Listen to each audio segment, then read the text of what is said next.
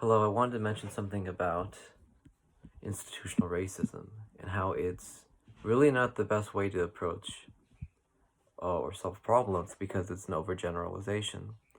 And if we have the choice between an overgeneralization and a specific case, we should choose a specific case. In fact, we should choose the specific case that affects the most amount of people in the world. And so with that, I wrote this, and this is also going off of my last video.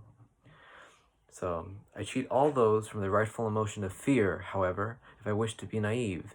Even if a genealogical guilt cannot fully explain George Floyd's death, that fails to mean that a corruptly structured system is false. Black lives and all citizens of the United States should be afraid because of the power that the government has placed upon itself with qualified immunity.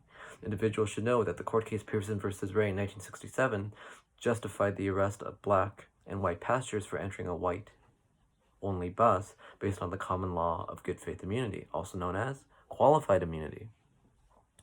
And this took away the passenger civil rights that were passed in 1964 under statute 1983, which states that under the color of law, a government official cannot deprive a citizen of their constitutional rights, and that people who are injured have the right to lawsuit and compensation. Yet in the 1982 court case Fitzgerald versus Harold, because a fired Air Force contractor for the president tried to sue a government aide, the Supreme Court thought it would be justifiable to give all government officials qualified immunity.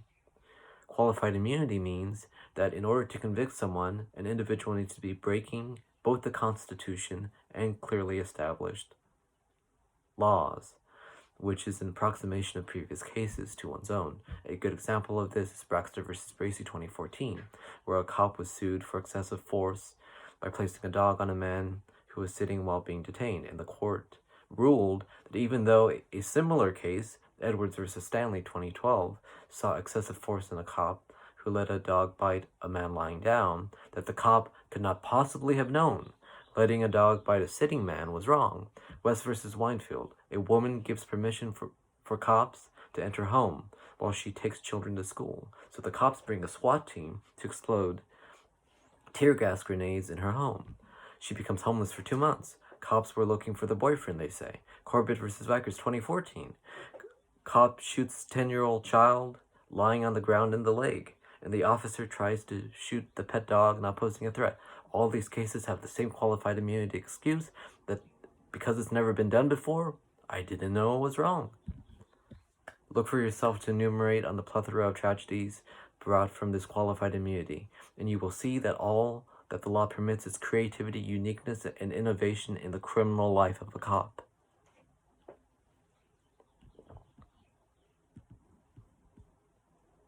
The more outlandish and new a cop's crime is, the simpler qualified immunity is for them, which is a get out of jail free card because the cops are incompetent in knowing whether a crime that has never been committed before should be committed.